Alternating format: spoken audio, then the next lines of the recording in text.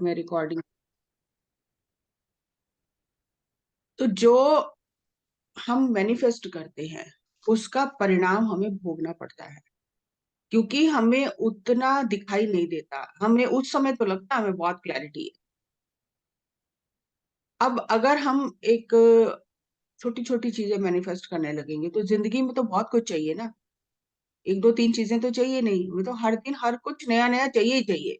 ऐसी ऐसी सिचुएशन आती है, ऐसी चैलेंजेस आते हैं कि लगता है बस इससे बाहर निकले हर दिन। तो कहाँ तक मैनिफेस्ट करते रहेंगे। तो संतों ने क्या किया है, उन्होंने उस परमात्मा की मर्जी के साथ बहना शुरू कर दिया कि हमें संघर्ष करना ही नहीं है। जो हो रहा है सही है, जो उसने दिया ठीक है। अब जैसे आपने गुरुओं का उदाहरण दिया, पत्री जी का उदाहरण दिया, वो चेंज नहीं कर सकते थे सिचुएशंस को, वो नहीं हील कर सकते थे। लेकिन जो है वो स्वीकार है, जिसको गुरबानी में कहा गया हुक्म रजाई चलना नानक लिखया नाल, कि उसके हुक्म में चलना है। अब उसमें ये कहीं नहीं लिखा कि ये मेरा सोल प्लान है, ये है वो, कुछ नहीं। बस जो हो रहा है उसे स्वीकार कर लिया, यही मेरा प्लान है, ऐसा ही होना है, ऐसा ही हो रहा है। तो उसमें हम जैसे हैं, हम जैसे लोग जो हैं, जो इस रास्ते पर चल रहे हैं, हमें अगर इस मार्ग पर आगे चलना है तो हमें उन परमात्मा से उन चैलेंजेस को फेस करने की शक्ति मांगनी चाहिए। जो भी आ रहा है मुझे बुद्धि दो कि उससे मुझे सीखना क्या है। अनुभव तो हर किसी को हो रहे हैं जिंदगी में। हम ध्यान में नहीं आए थे तो भी जिंदगी तो हमें सिखाई रही थी ना, लेकिन हम उस अनुभव को पकड़ नहीं पा रहे थे। ठोकरें तो लग रही थी, लेकिन उससे सीखना क्या वो नहीं पता चल रहा था। अब ध्यान में आने के बाद हमें पता चल गया, पिछली भी सारी बातें याद आ गई कि अरे इससे तो ये सीखना था, इससे तो ये मैंने सीखा, इससे ये सीखा। तो वो अनुभव ही ज्ञान है। अनुभव हमारी आत्मा के जुड़ते चले गए। अनुभव सबको होते हैं, लेकिन अनुभव से सीख हर कोई नहीं लेता। तो जैसे जैसे हम इस मार्ग पर आगे बढ़ते हैं, हमें अनुभव से वो सीख लेनी आ जाती है। और जब हम सीखना शुरू कर देते हैं ना, तो अनुभव आत्मा की प्रगति और तेज कर देते हैं। प्रगति तो सबकी हो रही है, चाहे किसी की 1 कदम हो रही है, किसी की 10 कदम, किसी की 1000 कदम। लेकिन जितना आप स्पिरिचुअल प्रैक्टिसेस करते हो, साधना करते हो, उतनी आपकी स्पीड बढ़ जाती है।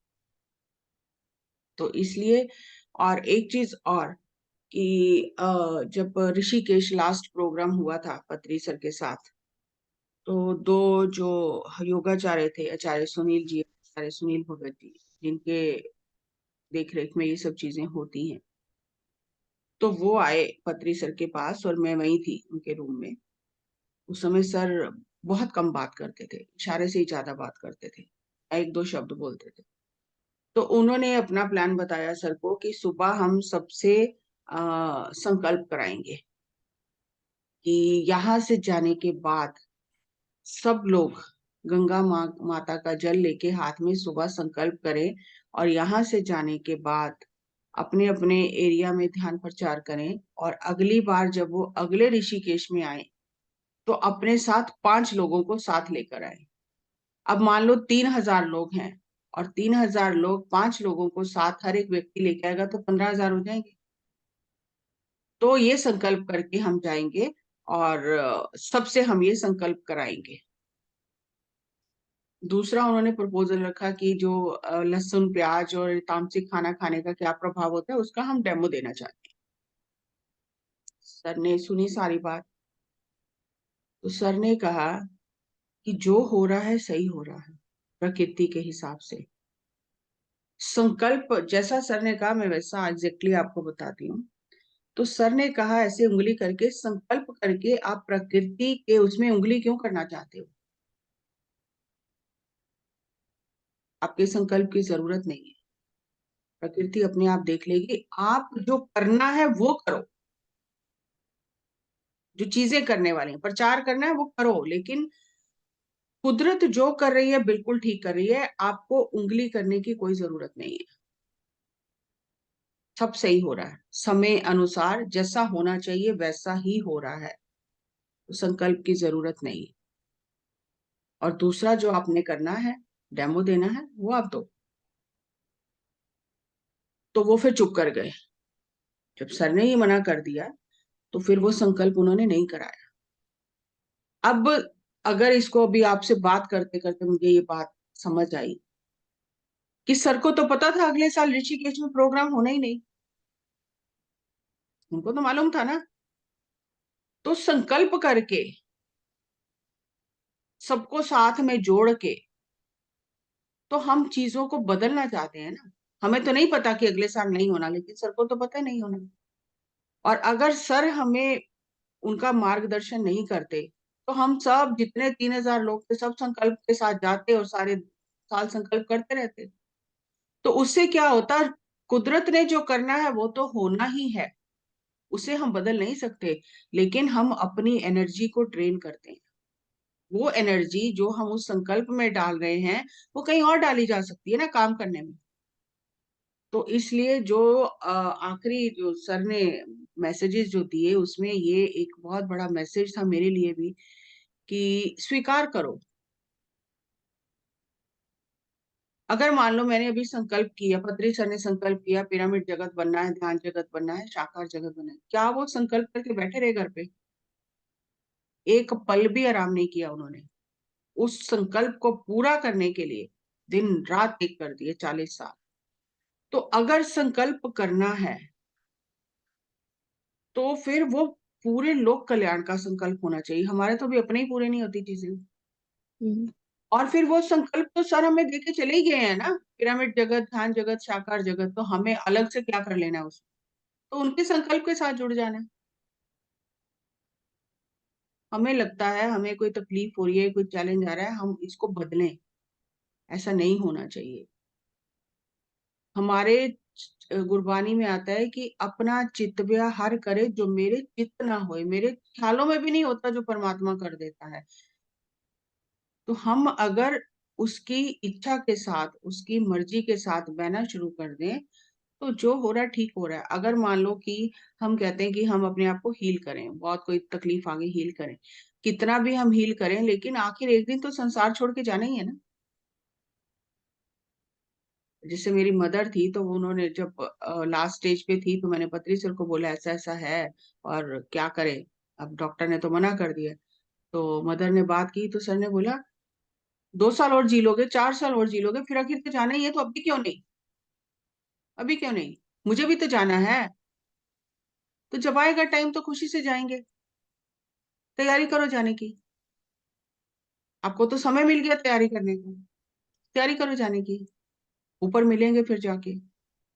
तो उनके लिए आना जाना सुख दुख कोई मायने नहीं रखता, वो अनुभव इकट्ठे करते हैं। ठीक है। तो आज का जो हमारा टॉपिक है, thank you ma'am. Thank you जी, थैंक यू।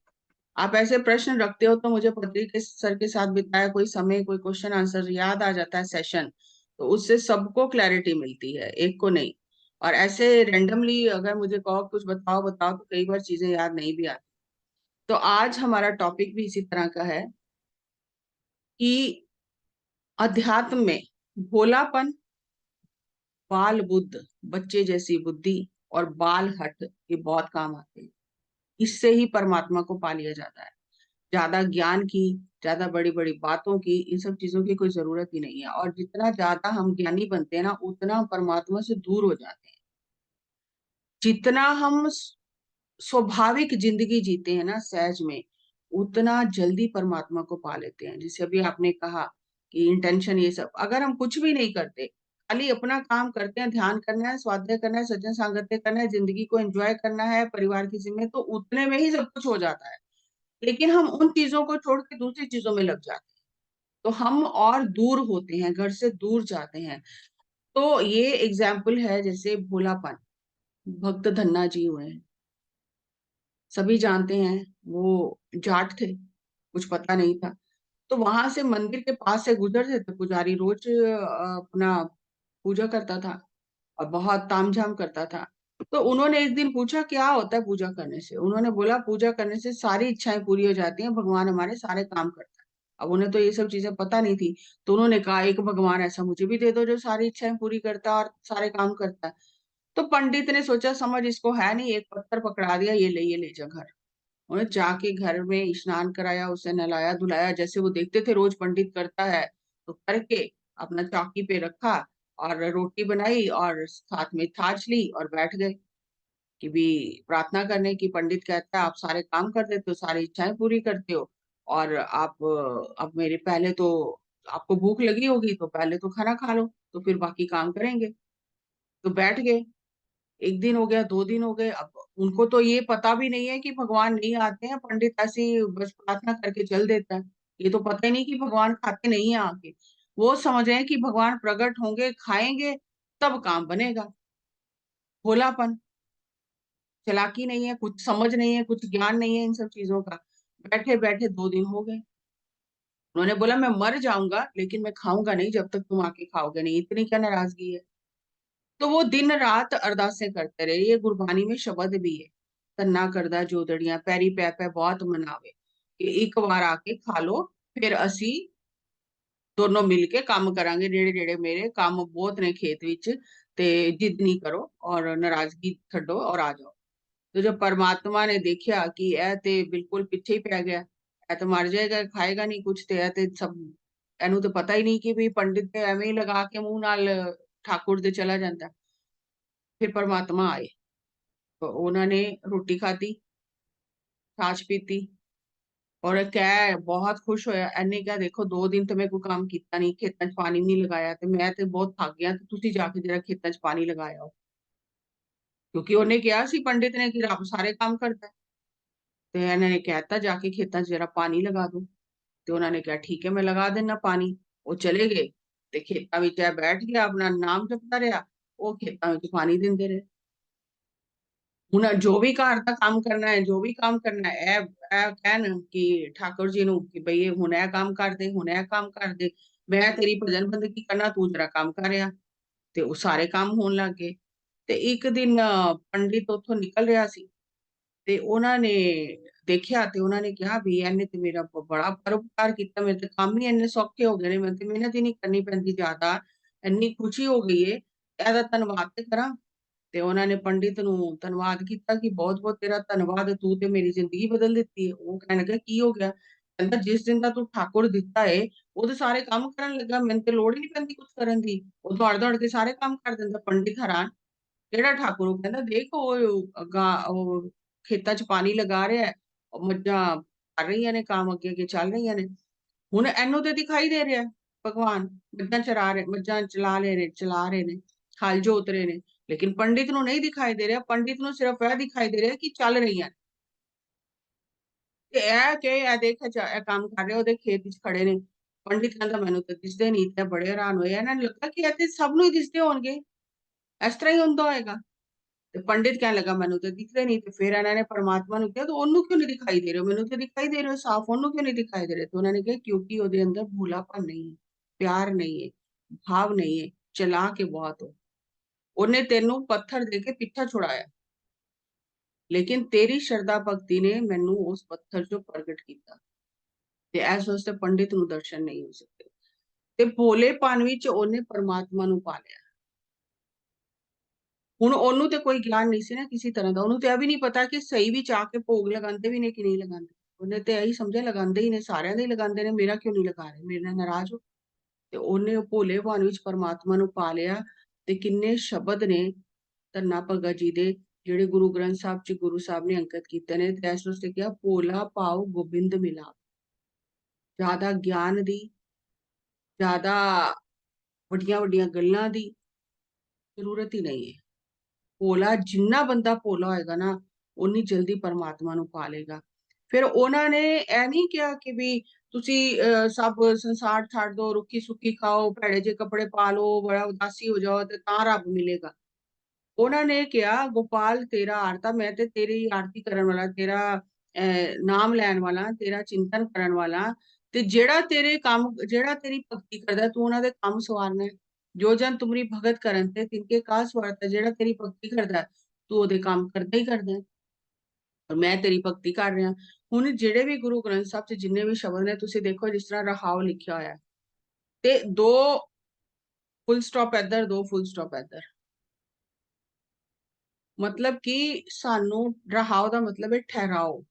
पॉज कि हुन गोपाल तेरा आरता, जो जन तुमरी भगत करन ते तिनके काज सवारता। एनु अच्छी तरह सोचो, चिंतन मनन करो, एनु अंदर ले जाओ।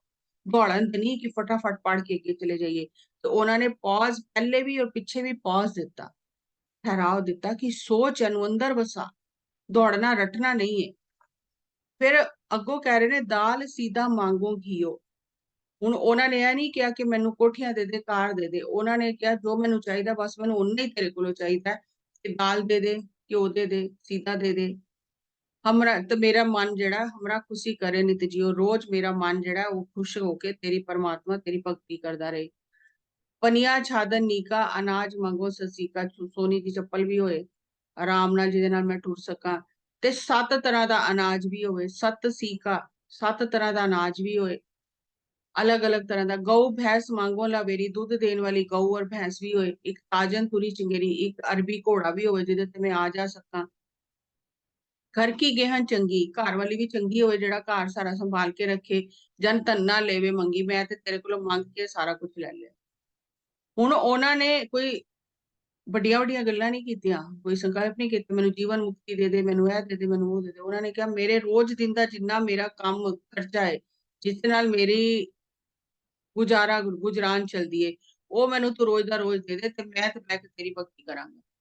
ਤੇ ਅਗਰ ਅਸੀਂ ਉਸ ਸਮੇਂ ਦੀ ਗੱਲ ਕਰੀਏ, ਜਿਸ ਤਰ੍ਹਾਂ ਉਹਨਾਂ ਨੇ ਅਰਬੀ ਘੋੜਾ ਵੀ ਮੰਗ ਲਿਆ, ਗਊ ਭੈਂਸ ਲਵੇਰੀ ਮੰਗ ਲਈ, ਔਰ 7 ਤਰ੍ਹਾਂ ਦਾ ਅਨਾਜ ਵੀ ਮੰਗ ਲਿਆ, ਸਭ ਕੁਝ ਮੰਗ ਲਿਆ। ਇਹ ਉਸ ਸਮੇਂ ਦਾ ਜਿਹੜਾ ਲਾਈਫ ਸਟਾਈਲ ਹੈ, ਉਹਦੇ ਵਿੱਚ ਇਹ ਮਤਲਬ ਸਮਝੋ ਬਹੁਤ ਹਾਈ ਕਲਾਸ ਲਾਈਫ ਸਟਾਈਲ ਮੰਗਿਆ ਉਹਨਾਂ ਨੇ।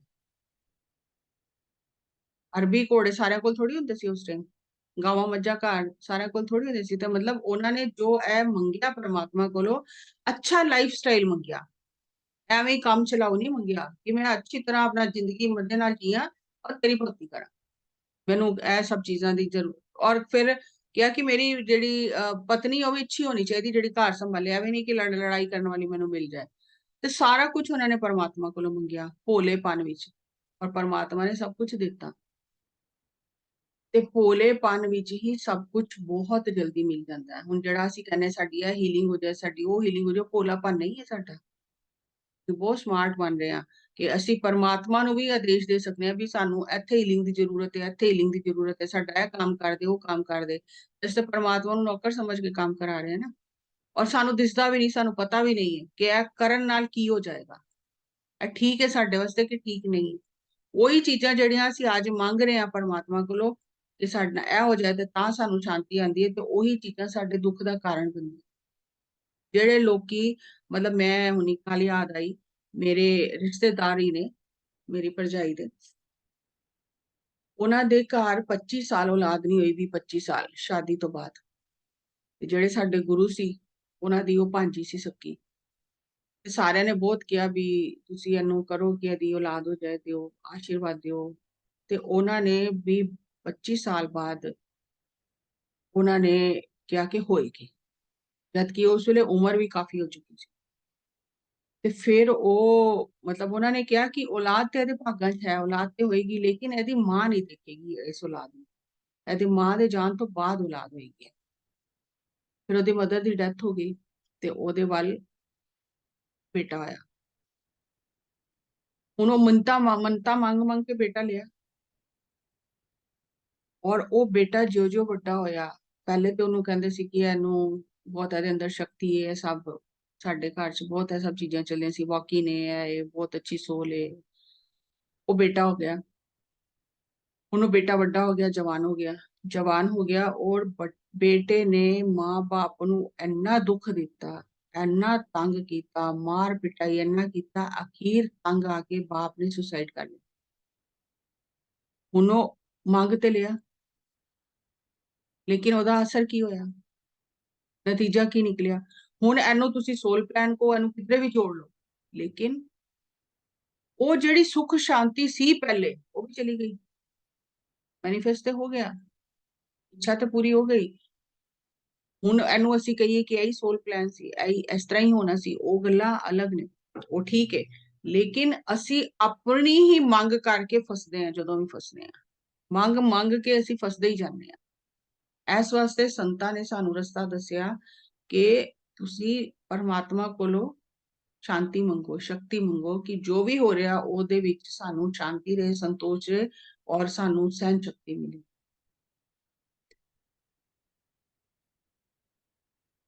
ਇੱਕ ਹੋਰ ਬਾਲ ਹੱਠ, ਬਾਲ ਭੋਲਾਪਨ ਤੇ ਹੋ ਗਿਆ, ਹੁਣ ਅਸੀਂ ਬਾਲ ਹੱਠ ਦੀ ਗੱਲ ਕਰਨੀ। ਕਹਿੰਦੇ ਨੇ ਕਿ ਮਾਂ ਜਿਹੜੀ ਹੈ ਨਾ ਉਹ ਬੱਚੇ ਦੀ ਸਭ ਤੋਂ ਪਹਿਲੀ ਟੀਚਰ ਹੈ। ਬੱਚਾ ਸਭ ਤੋਂ ਜ਼ਿਆਦਾ ਮਾਂ ਕੋਲੋਂ ਹੀ ਸਿੱਖਦਾ ਹੈ। ਤੇ ਸਾਰਿਆਂ ਨੇ ਧਰੁਵ ਭਗਤ ਦੀ ਸਾਖੀ ਸੁਣੀ ਹੋਈ ਹੈ। ਤੇ ਜਿਸ ਵੇਲੇ ਧਰੁਵ ਹੱਸਦਾ ਹੋਇਆ ਘਰ ਆਇਆ ਔਰ ਉਹਦੇ ਜਿਹੜਾ ਪਿਤਾ ਸੀ, ਉਹਦੀਆਂ ਦੋ ਪਤਨੀਆਂ ਸੀ, ਸੁਨੀਤੀ ਔਰ ਸੁਰੂਚੀ। ਤੇ ਸੁਨੀਤੀ ਜਿਹੜੀ ਸੀ ਉਹਦੇ ਧਰੁਵ ਭਗਤ ਸੀ ਉਹਦੇ ਗੋਦ ਚੋਂ ਪੁੱਤਰ, ਤੇ ਸੁਰੂਚੀ ਦਾ ਪੁੱਤਰ ਸੀ ਉੱਤਮ। ਤੇ ਹੁਣ ਜਿਸ ਟਾਈਮ ਧਰੁਵ ਭਗਤ ਘਰ ਹੱਸਦਾ ਹੋਇਆ ਆਇਆ ਔਰ ਰਾਜਾ ਦੀ ਗੋਦ 'ਚ ਬੈਠਾ, ਤੇ ਜਿਹੜੀ ਸੁਰੂਚੀ ਸੀ ਉਹਨੇ ਉਹਨੂੰ ਖਿੱਚ ਕੇ ਬਾਹਰ ਕੱਢ ਦਿੱਤਾ। ਤੇ ਉਹਨੇ ਕਿਹਾ ਕਿ ਜੇ ਤੂੰ ਰਾਜੇ ਦੀ ਗੋਦ 'ਚ ਬੈਠਣਾ ਸੀ ਨਾ ਤੇ ਮੇਰੀ ਗੋਦ ਤੋਂ ਜਨਮ ਲੈਣਾ ਸੀ। ਤੇ ਉਹ ਰੋਂਦਾ ਹੋਇਆ ਘਰ ਚਲਾ ਗਿਆ। ਹੁਣ ਉਹਨੇ ਜਾ ਕੇ ਆਪਣੀ ਮਾਂ ਨੂੰ ਪੁੱਛਿਆ ਕਿ ਤੂੰ ਮੈਨੂੰ ਇੱਕ ਗੱਲ ਦੱਸ, ਤੂੰ ਰਾਣੀ ਹੈ ਕਿ ਨੌਕਰਾਨੀ ਹੈ? ਕਿਉਂਕਿ ਉਹ ਸੁਰੂਚੀ ਨੂੰ ਰਾਜਾ ਬਹੁਤ ਪਿਆਰ ਕਰਦਾ ਸੀ। ਤੇ ਇਹ ਜਿਹੜੀ ਸੀ, ਇਹਨੇ ਜਿਸਲੇ ਦੇਖਿਆ ਪਰੇਸ਼ਾਨੀ, ਚੈਲੰਜ ਆਇਆ ਨਾ ਲਾਈਫ ਵਿੱਚ ਕਿ ਰਾਜਾ ਪਰਵਾਹ ਨਹੀਂ ਕਰਦਾ, ਪਿਆਰ ਬਹੁਤ ਉਹਨੂੰ ਕਰਦਾ ਹੈ, ਤੇ ਇਹਨੇ ਆਪਣਾ ਮਨ ਜਿਹੜਾ ਪਰਮਾਤਮਾ ਦੇ ਚਰਨਾਂ 'ਚ ਜੋੜ ਲਿਆ ਤੇ ਵਿਰਾਗ ਜਿਹੀ ਜ਼ਿੰਦਗੀ, ਪਰਮਾਤਮਾ ਦਾ ਭਜਨ ਬੰਦਗੀ ਕਰਨਾ, ਸਾਦਾ ਜੀਵਨ ਜੀਣਾ, ਮਹਿਲ ਤੋਂ ਬਾਹਰ ਇਹਨੇ ਆਪਣਾ ਬਣਾ ਕੇ ਇੱਕ ਜਗ੍ਹਾ ਰਹਿਣਾ ਸ਼ੁਰੂ ਕਰਤਾ। ਤੇ ਹੁਣ ਉਹ ਬੱਚੇ ਨੇ ਪੁੱਛਿਆ ਕਿ ਤੂੰ ਰਾਣੀ ਹੈ ਕਿ ਨੌਕਰਾਨੀ ਹੈ? ਹੁਣ ਉਹ ਇਹ ਨਹੀਂ ਕਿਹਾ ਕਿ ਮੇਰਾ ਸਾਰਾ ਕੁਝ ਖੋ ਲਿਆ ਇਹਨੇ, ਇਹਨੇ ਮੇਰੇ ਰਾਜੇ ਨੂੰ ਵੱਸ ਵਿੱਚ ਕਰ ਲਿਆ, ਉਹ ਕੁਝ ਨਹੀਂ ਕਿਹਾ। ਉਹਨੇ ਕਿਹਾ ਰਾਣੀ ਹਾਂ ਮੈਂ ਜਨਮ ਦੀ, ਨਾਮ ਨਾ ਭਗਤੀ ਕਰਮ ਦ੍ਰਿੜਤਾ। ਜਨਮ ਤੋਂ ਤੇ ਰਾਣੀ ਆ, ਕਿਉਂਕਿ ਪਰਮਾਤਮਾ ਦੀ ਭਗਤੀ ਨਹੀਂ ਕੀਤੀ ਤੇ ਮੇਰੀ ਅੱਜ ਇਹ ਹਾਲਤ ਹੋ ਗਈ। ਅਸੀਂ ਕੀ ਸਿੱਖਿਆ ਦਿੰਦੇ ਆ? ਉਹਨੇ ਖੋ ਲਿਆ ਮੇਰੇ ਕੋਲੋਂ ਸਾਰਾ ਕੁਝ, ਉਹਨੇ ਵੱਸ ਵਿੱਚ ਕਰ ਲਿਆ, ਉਹਨੇ ਇੰਜ ਕਰ ਲਿਆ। ਲੇਕਿਨ ਕਿਉਂਕਿ ਇਸ ਵਾਸਤੇ ਅਧਿਆਤਮਿਕ ਵਿਗਿਆਨ ਕਿੰਨਾ ਜ਼ਰੂਰੀ ਹੈ ਹਰ ਇੱਕ ਵਾਸਤੇ। ਤੇ ਕਿਹਾ ਜਨਮ ਤੋਂ ਤੇ ਮੈਂ ਰਾਣੀ ਆ, ਲੇਕਿਨ ਮੈਂ ਪਰਮਾਤਮਾ ਦੀ ਭਗਤੀ ਨਹੀਂ ਕੀਤੀ, ਉਹ ਕਰਮ ਅੱਛੇ ਨਹੀਂ ਕੀਤੇ ਜਿਹਦੇ ਕਰਕੇ ਮੈਨੂੰ ਇਸ ਸਥਿਤੀ ਵਿੱਚੋਂ ਗੁਜ਼ਰਨਾ ਪੈ ਰਿਹਾ। ਤੇ ਫਿਰ ਉਹਨਾਂ ਨੇ ਪੁੱਛਿਆ, ਧਰੁਵ ਭਗਤ 4 ਸਾਲ ਦੀ ਉਮਰ ਵਿੱਚ ਪੁੱਛਿਆ ਕਿ ਫਿਰ ਮੈਂ ਕੀ ਕਰਾਂ ਜਿਹਦੇ ਨਾਲ ਮੈਨੂੰ ਰਾਜ ਮਿਲ ਜਾਏ? ਕਿਸ ਉਦਮ ਤੇ ਰਾਜ ਮਿਲੇ, ਸ਼ਤਰੂ ਤੇ ਸਭ ਹੋਵਨ ਮੀਤਾ। ਖਾਲੀ ਰਾਜ ਨਹੀਂ ਮੰਗਿਆ, ਕਿਹਾ ਕਿ ਐਸਾ ਕੀ ਕੰਮ ਕਰਾਂ ਜਿਹੜੇ ਮੇਰੇ ਸਾਰੇ ਸ਼ਤਰੂ ਮੇਰੇ ਮਿੱਤਰ ਬਣ ਜਾਣ। ਫਿਰ ਮਾਂ ਨੇ ਜਵਾਬ ਦਿੱਤਾ, ਪਰਮੇਸ਼ਰ ਆਰਾਧੀਏ ਜਿਤੂ ਹੋਈਏ ਪਤਿਤ ਪੁਨੀਤਾ। ਪਰਮਾਤਮਾ ਦੀ ਭਗਤੀ ਕਰਨ ਨਾਲ ਅਸੀਂ ਜੋ ਅਪਵਿੱਤਰਤਾ ਸਾਡੀ ਹੈ ਦੂਰ ਹੋ ਜਾਏਗੀ, ਅਸੀਂ ਪਵਿੱਤਰ ਹੋ ਜਾਵਾਂਗੇ। ਤੇ ਪਰਮਾਤਮਾ ਦੀ ਭਗਤੀ ਨਾਲ ਹੀ ਰਾਜ ਵੀ ਮਿਲੇਗਾ ਔਰ ਪਰਮਾਤਮਾ ਦੀ ਭਗਤੀ ਨਾਲ ਹੀ ਸਾਰੇ ਸ਼ਤਰੂ ਮਿੱਤਰ ਬਣ ਜਾਣਗੇ। ਤੇ ਹੁਣ ਉਹ ਬੱਚੇ ਦੇ ਅੰਦਰ ਉਹ ਗੱਲ ਉਤਰ ਗਈ ਤੇ ਉਹ ਰਾਤੀ ਘਰ ਛੱਡ ਕੇ ਜੰਗਲਾਂ ਵਿੱਚ ਤਪੱਸਿਆ ਕਰਨ ਲੱਗ ਗਿਆ ਕਿ ਵੀ ਅਗਰ ਪਰਮਾਤਮਾ ਦੀ ਭਗਤੀ ਕਰਨ ਨਾਲ ਹੀ ਸਭ ਕੁਝ ਹੋਣਾ ਹੈ ਤੇ ਮੈਂ ਤਾਂ ਹੁਣੇ ਹੀ ਕਰ ਲਵਾਂ। ਜਿਸ ਵੇਲੇ ਰਾਜੇ ਨੂੰ ਪਤਾ ਚੱਲਿਆ ਕਿ ਬੇਟਾ ਮੇਰਾ ਘਰ ਛੱਡ ਕੇ ਚਲਾ ਗਿਆ ਔਰ ਬਹੁਤ ਢੂੰਡਿਆ ਤੇ ਜੰਗਲ ਵਿੱਚ ਬੈਠਾ ਤਪੱਸਿਆ ਕਰ ਰਿਹਾ ਸੀ, ਪਤਾ ਕੁਝ ਵੀ ਨਹੀਂ ਹੈ, ਕੀ ਬੋਲਣਾ ਉਹ ਵੀ ਨਹੀਂ ਪਤਾ, ਕੀ ਕਹਿਣਾ ਉਹ ਵੀ ਨਹੀਂ ਪਤਾ, ਪਰਮਾਤਮਾ ਕਿਸ ਤਰ੍ਹਾਂ ਕੁਝ ਵੀ ਨਹੀਂ ਪਤਾ, ਚਲਾ ਗਿਆ, ਬਹਿ ਗਿਆ ਅੱਖਾਂ ਬੰਦ ਕਰਕੇ। ਤੇ ਰਾਜੇ ਨੇ ਢੂੰਡਵਾਇਆ ਔਰ ਰਾਜੇ ਨੇ ਕਿਹਾ ਕਿ ਤੂੰ ਅੱਧਾ ਰਾਜ ਲੈ ਲੈ ਤੇ ਤੂੰ ਵਾਪਸ ਆ ਜਾ, ਕਿਉਂਕਿ ਛੋਟਾ ਬੱਚਾ ਹੈ। ਉਹਦੇ ਮਨ ਵਿੱਚ ਆਇਆ ਕਿ ਜੇ ਅਜੇ ਤਾਂ ਮੈਂ ਸ਼ੁਰੂ ਹੀ ਨਹੀਂ ਕੀਤੀ, ਮੈਂ ਨਿਕਲਿਆ ਹੀ ਆ ਘਰੋਂ, ਤੇ ਜੇ ਅੱਧਾ ਰਾਜ ਮਿਲੇਗਾ ਤੇ ਜੇ ਕਰ ਲਵਾਂਗਾ ਤੇ ਫਿਰ ਪਤਾ ਨਹੀਂ ਕੀ ਕੀ ਮਿਲ ਜਾਏਗਾ। ਤੇ ਉਹ ਬਾਲ ਹੱਠ ਕਰ ਲਿਆ ਕਿ ਨਹੀਂ ਮੈਂ ਵਾਪਸ ਹੁਣ ਨਹੀਂ ਜਾਣਾ, ਮੈਂ ਤਾਂ ਕਰਕੇ ਹੀ ਜਾਣਾ। ਜਿਸ ਤਰ੍ਹਾਂ ਬੱਚੇ ਜਿੱਦ ਕਰ ਲੈਂਦੇ ਨਾ, ਉਹ ਬਾਲ ਹੱਠ ਕਰ ਲਿਆ ਕਿ ਜੋ ਮਰਜ਼ੀ ਕਰ ਲਓ ਮੈਂ ਤਾਂ ਕਰਕੇ ਹੀ ਜਾਣਾ, ਤੇ ਨਹੀਂ ਗਏ ਵਾਪਸ। ਤੇ ਜਾਕੇ ਜੰਗਲ 'ਚ ਬੈਠੇ ਰਹੇ, ਬੈਠੇ ਰਹੇ। ਫਿਰ ਨਾਰਦ ਮੁਨੀ, ਜੋ ਨਾਰਦ ਭਗਵਾਨ ਨੇ ਆ ਕੇ ਉਹਨਾਂ ਨੂੰ ਉਪਦੇਸ਼ ਦਿੱਤਾ। ਇੰਨੀ ਛੋਟੀ ਉਮਰ ਵਿੱਚ ਇੰਨਾ ਬਾਲ ਹੱਠ ਕੀਤਾ ਕਿ ਮੈਂ ਤਾਂ ਪਰਮਾਤਮਾ ਨੂੰ ਹੀ ਪਾਣਾ, ਉਸ ਤੋਂ ਥੱਲੇ ਮੇਰੀ ਕੋਈ ਚੀਜ਼ ਦੀ ਜ਼ਰੂਰਤ ਹੀ ਨਹੀਂ। ਹੁਣ ਰਾਜ ਤੇ ਰਾਜ ਵਾਸਤੇ ਨਿਕਲੇ ਸੀ ਤੇ ਰਾਜ ਤੇ ਮਿਲ ਹੀ ਗਿਆ ਸੀ ਨਾ, ਮਿਲ ਹੀ ਰਿਹਾ ਸੀ, ਬਿਨਾਂ ਕੁਝ ਕੀਤੇ ਵੀ ਰਾਜ ਮਿਲ ਰਿਹਾ ਸੀ। ਲੇਕਿਨ ਸੰਤ ਭਗਤ ਕਿਸ ਤਰ੍ਹਾਂ ਬੰਦੇ ਨੇ, ਉਹ ਪਰਮਾਤਮਾ ਤੋਂ ਥੱਲੇ ਕੰਪਰੋਮਾਈਜ਼ ਹੀ ਨਹੀਂ ਕਰਦੇ ਕਿ ਮੈਨੂੰ ਤੇ ਸਾਰੇ ਦਾਤਾਂ ਦੇਣ ਵਾਲਾ ਚਾਹੀਦਾ, ਦਾਤਾਂ ਨਹੀਂ ਚਾਹੀਦੀਆਂ, ਕਿਉਂਕਿ ਦਾਤਾਂ ਤੇ ਜਿੱਥੇ ਉਹ ਆ ਗਿਆ ਉੱਥੇ ਪਿੱਛੇ ਆ ਹੀ ਜਾਣੀਆਂ ਨੇ। ਤੇ ਫਿਰ ਨਾਰਦ ਭਗਵਾਨ ਨੇ ਉਹਨਾਂ ਨੂੰ ਉਪਦੇਸ਼ ਦਿੱਤਾ, ਦੱਸਿਆ ਕਿ ਕਿਸ ਤਰ੍ਹਾਂ ਭਗਤੀ ਕਰਨੀ ਹੈ। ਫਿਰ ਉਹ ਭਗਤੀ ਕੀਤੀ, ਵਿੱਚ ਵਿੱਚ ਆ ਕੇ ਮਾਰਗਦਰਸ਼ਨ ਕਰਦੇ ਰਹੇ, ਕਈ ਪਰੀਖਿਆ ਲਈਆਂ ਉਹਨਾਂ ਦੀਆਂ ਵਿਸ਼ਨੂੰ ਭਗਵਾਨ ਨੇ। ਐਸਟਰਲੀ ਵੀ, ਜਿਸ ਤਰ੍ਹਾਂ ਸੂਖਮ ਜਗਤ ਵਿੱਚ ਵੀ ਕਈ ਸ਼ਕਤੀਆਂ ਹਨ, ਹਵਾ, ਪਾਣੀ, ਅੱਗ, ਸਭ ਨੇ ਆ ਕੇ ਪਰੀਖਿਆ ਲਈ। ਪਰ ਉਹ ਜਿਸ ਤਰ੍ਹਾਂ ਨਾਰਦ ਭਗਵਾਨ ਸਮਝਾਉਂਦੇ ਗਏ, ਉਸੇ ਤਰ੍ਹਾਂ ਉਹ ਤਪੱਸਿਆ ਕਰਦੇ ਗਏ, ਤੇ ਆਖਿਰ ਵਿਸ਼ਨੂੰ ਭਗਵਾਨ ਨੂੰ ਪ੍ਰਗਟ ਹੋਣਾ ਪਿਆ। ਔਰ ਜਿਸ ਵੇਲੇ ਪ੍ਰਗਟ ਹੋਏ ਵਿਸ਼ਨੂੰ ਭਗਵਾਨ, ਹੁਣ ਪ੍ਰਸ਼ਨ ਉਹਨਾਂ ਦੇ ਮਨ ਵਿੱਚ ਬਹੁਤ ਸਨ ਕਿ ਵੀ ਮੇਰੀ ਮਾਂ ਨਾਲ ਇੰਜ ਕਿਉਂ ਹੋਇਆ, ਮੈਨੂੰ ਮੇਰੀ ਸੌਤੇਲੀ ਮਾਂ ਨੇ ਕਿਉਂ ਉਠਾਇਆ। ਇਹ ਮੈਂ ਸਾਰੇ ਪ੍ਰਸ਼ਨ ਜਿਹੜੇ ਨੇ ਜਦੋਂ ਪਰਮਾਤਮਾ ਮਿਲੇਗਾ ਮੈਂ ਉਹਨੂੰ ਪੁੱਛਣੇ ਨੇ। ਤੇ ਇੱਕ ਮਨ ਦੇ ਕੋਨੇ ਵਿੱਚ ਥੋੜਾ ਰੋਸ਼ ਵੀ ਸੀ, ਇਸ ਤਰ੍ਹਾਂ ਕਿਉਂ ਹੁੰਦਾ ਹੈ ਕਿ ਕਿਸੇ ਨੂੰ ਇੰਨਾ ਕੁਝ ਮਿਲ ਜਾਂਦਾ, ਕਿਸੇ ਨੂੰ ਕੁਝ ਵੀ ਨਹੀਂ ਮਿਲਦਾ, ਕਿਸੇ ਨੂੰ ਸਾਰੀਆਂ ਸੁੱਖ ਸੁਵਿਧਾਵਾਂ ਮਿਲਦੀਆਂ, ਕਿਸੇ ਨੂੰ ਕੁਝ ਨਹੀਂ ਮਿਲਦਾ। ਉਹ ਪ੍ਰਸ਼ਨ ਉਹਨਾਂ ਦੇ ਮਨ ਵਿੱਚ ਸੀ। ਤੇ ਉਹ ਪਰ ਜਿਸ ਵੇਲੇ ਪਰਮਾਤਮਾ ਨੇ ਦਰਸ਼ਨ ਦਿੱਤੇ ਤੇ ਉਹ ਸਾਰੇ ਪ੍ਰਸ਼ਨ ਭੁੱਲ ਗਏ। ਤੇ ਪਰਮਾਤਮਾ ਨੇ ਕਿਹਾ ਕਿ ਤੁਸੀਂ ਕੋਈ ਪ੍ਰਸ਼ਨ ਕੋਈ ਹੈ? ਉਹਨੂੰ ਨਹੀਂ ਯਾਦ ਆਇਆ, ਕਿਉਂਕਿ ਲੇਕਿਨ ਰੱਬ ਨੂੰ ਤਾਂ ਪਤਾ ਸੀ ਨਾ ਇਹਦੇ ਪ੍ਰਸ਼ਨ ਹੈ। ਤੇ ਉਹ ਕਹਿਣ ਲੱਗੇ ਪ੍ਰਸ਼ਨ ਤੇ ਮੇਰੇ ਸੀ, ਪਰ ਮੈਨੂੰ ਹੁਣ ਸਮਝ ਨਹੀਂ ਆ ਰਹੀ ਮੈਂ ਕੀ ਪੁੱਛਾਂ। ਤੇ ਪਰਮਾਤਮਾ ਨੇ, ਕਿਉਂਕਿ ਬੱਚੇ ਸੀ ਉਹ ਧਰੁਵ ਭਗਤ, ਤੇ ਗੋਦੀ 'ਚ ਬਿਠਾਇਆ, ਗੋਦੀ 'ਚ ਬਿਠਾ ਕੇ ਬਹੁਤ ਪਿਆਰ ਕੀਤਾ, ਤੇ ਉਹ ਸਾਰੇ ਪ੍ਰਸ਼ਨ ਜਿਹੜੇ ਸੀ ਉਹ ਖਤਮ। ਪੂਰਾ ਗਿਆਨ ਦਿੱਤਾ, ਕਰਮ ਸਿਧਾਂਤ, ਹਰ ਚੀਜ਼ ਦਾ ਗਿਆਨ ਮਿਲ ਗਿਆ, ਤੇ ਸਾਰੇ ਪ੍ਰਸ਼ਨ ਖਤਮ ਹੋ ਗਏ ਕਿ ਕਿਉਂ ਕਿਸੇ ਨੂੰ ਸੁੱਖ ਮਿਲਦਾ ਹੈ, ਕਿਸੇ ਨੂੰ ਕਿਉਂ ਦੁੱਖ ਮਿਲਦਾ ਹੈ। ਉਹ ਸਾਰੇ ਪ੍ਰਸ਼ਨ ਹੀ ਖਤਮ ਹੋ ਗਏ। ਤੇ ਬਹੁਤ ਪਿਆਰ ਕੀਤਾ, ਲੇਕਿਨ ਕੀਤਾ ਕਿਸ ਤਰ੍ਹਾਂ? ਕੁਛ ਗਿਆਨ ਨਹੀਂ ਹੈ, ਕੁਛ ਸਮਝ ਨਹੀਂ ਹੈ, ਭਗਤੀ ਕਿਸ ਤਰ੍ਹਾਂ ਕਰਨੀ ਉਹ ਵੀ ਨਹੀਂ ਪਤਾ। ਲੇਕਿਨ ਇੱਕ ਬਾਲ ਹੱਠ ਕਰ ਲਿਆ ਕਿ ਜੋ ਮਰਜ਼ੀ ਹੋ ਜਾਏ ਮੈਂ ਤਾਂ ਪਰਮਾਤਮਾ ਨੂੰ ਪਾਣਾ, ਔਰ ਪਾ ਲਿਆ। ਤੇ ਗੁਰੂ ਘਰ ਵਿੱਚ ਬਾਲ ਹੱਠ ਵੀ ਪ੍ਰਵਾਨ ਹੈ। ਇਹ ਹੱਠ ਕਰਕੇ ਅਗਰ ਬੱਚੇ ਦੀ ਤਰ੍ਹਾਂ ਹੱਠ ਹੋਏ ਨਾ, ਤੇ ਤਾਂ ਵੀ ਤੁਸੀਂ ਪਰਮਾਤਮਾ ਨੂੰ ਪਾ ਸਕਦੇ ਹੋ। ਹੁਣ ਬਾਣੀ ਕਹਿੰਦੀ ਹਰ ਜਨ ਐਸਾ ਚਾਹੀਏ ਜੈਸਾ ਹਰ ਹੀ ਹੋਏ। ਪਰਮਾਤਮਾ ਦਾ ਭਗਤ ਐਸਾ ਚਾਹੀਦਾ ਹੈ ਜੈਸਾ ਪਰਮਾਤਮਾ ਹੈ। ਕਿਉਂਕਿ ਜਾਂ ਅਸੀਂ ਅਗਰ ਪਰਮਾਤਮਾ ਨਾਲ ਸੰਬੰਧ ਜੋੜਨਾ ਹੈ ਜਾਂ ਕਿਸੇ ਨਾਲ ਵੀ ਸੰਬੰਧ ਜੋੜਨਾ ਹੈ, ਜਾਂ ਤੇ ਅਸੀਂ ਉਹਦੇ ਜਿਹੇ ਬਣ ਜਾਈਏ ਤੇ ਜਾਂ ਉਹਨੂੰ ਆਪਣੇ ਜਿਹਾ ਬਣਾ ਲਈਏ। ਤੇ ਪਰਮਾਤਮਾ ਤੇ ਸਾਡੇ ਜਿਹਾ ਹੋ ਨਹੀਂ ਸਕਦਾ, ਤੇ ਸਾਨੂੰ ਹੀ ਪਰਮਾਤਮਾ ਜੈਸਾ ਬਣਨਾ ਪਏਗਾ, ਤਾਂ ਹੀ ਅਸੀਂ ਉਹਨੂੰ ਪਾ ਸਕਾਂਗੇ।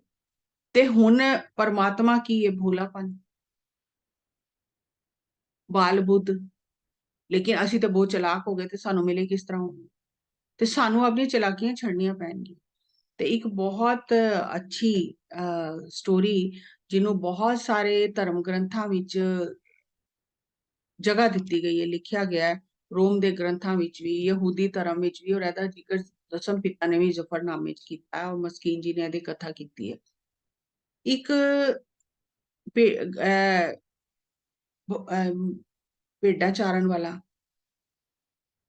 ਬੰਦਾ, ਜਿਹਦੇ ਕੋਲ 150 ਭੇਡਾਂ ਨੇ, ਉਹ ਜੰਗਲ 'ਚ ਰਹਿੰਦਾ, ਪੜ੍ਹਿਆ ਲਿਖਿਆ ਨਹੀਂ, ਅਨਪੜ੍ਹ ਹੈ, ਇਕੱਲਾ ਰਹਿੰਦਾ, ਭੇਡਾਂ ਨੂੰ ਚਾਰਦਾ ਹੈ, ਭੇਡਾਂ ਦਾ ਦੁੱਧ ਵੇਚ ਆਉਂਦਾ ਤੇ ਆਪਣਾ ਗੁਜ਼ਾਰਾ ਕਰਦਾ, ਲੇਕਿਨ ਰਹਿੰਦਾ ਜੰਗਲ 'ਚ ਹੀ।